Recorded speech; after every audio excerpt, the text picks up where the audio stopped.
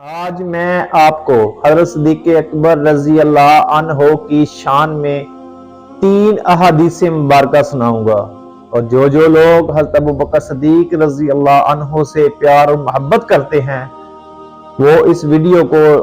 And تک لازمی دیکھیں اور ان 3 احادیث کو سن کر دوسروں تک اپنے صدقہ جاریہ کے لیے ضرور شیئر کریں۔ حضرت علی رضی اللہ عنہ کے صاحبزادے محمد بن حنفیہ فرماتے ہیں کہ میں نے اپنے والد سے پوچھا کہ رسول اللہ صلی اللہ علیہ وآلہ وسلم کے بعد لوگوں میں سب سے زیادہ بہتر کون ہے؟ تو آپ نے جواب دیا حضرت ابو بکر، اور بعد میں پھر میں نے پوچھا کہ ان کے بعد کون بہتر ہے؟ تو فرمایا حضرت عمر فاروق رضی اللہ عنہ۔ آقا انعامدار حضرت محمد مصطفیٰ صلی اللہ علیہ وآلہ وسلم نے فرمایا کہ اے صدیق، تم حوض کوثر میں میرے ساتھی ہو،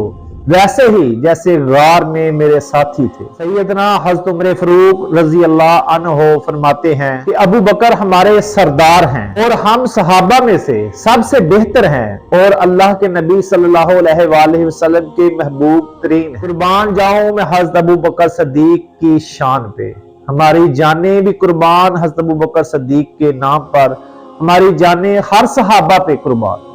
حضرت ابو بکر صدیق رضی اللہ عنہ وہ ہستی ہیں جن کو اللہ کے نبی صلی اللہ علیہ وسلم نے اپنی زندگی میں ہی امامت کے مسئلے پر کھڑا کر دیا تھا۔ اس لیے اہل اسلام سے میری اپیل ہے، ہر صحابی کی محبت اپنے دل میں رکھیں، کیونکہ ایمان کا حصہ صحابہ کی محبت ایک ایمان کا ایک حصہ ہے۔ اور اگر صحابہ کا کسی مسئلے پر آپس میں اختلاف تھا بھی تو ہمیں اس اختلاف کی زد میں نہیں آنا، ہمیں اللہ کے نبی صلی اللہ علیہ وسلم کی اس حدیث پر عمل کرنی ہے کہ میرے سارے صحابہ ستاروں کی مانند ہیں، کسی ایک پیچھے لگ جاؤ تو فلاح پا جاؤ گے۔ اور اللہ کے نبی صلی اللہ علیہ وآلہ وسلم نے فرمایا کہ میری امت کے جو لوگ ہیں نا وہ احد پہاڑ جتنا سونا اللہ کی راہ میں خیرات کریں، اور میرے صحابہ میں سے کوئی ایک صحابہ مٹھی بھر جاؤں اللہ کی راہ میں خیرات کر دینا تو اس کی وہ مٹھی بھر جاؤں خیرات جو احد پہاڑ کے سونے کی خیرات سے زیادہ افضل ہے۔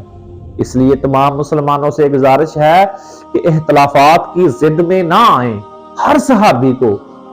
اپنی محبت کی زینت بنائیں، اپنے دلوں میں ہر صحابی کی محبت کو اجاگر کریں اور ہر صحابی سے انتہا درجے کی محبت کریں۔ یقین کریں اللہ کے نبی صلی اللہ علیہ وآلہ وسلم کے ساتھ صحابہ نے ایسا ساتھ دیا کہ تاریخ گواہ ہے۔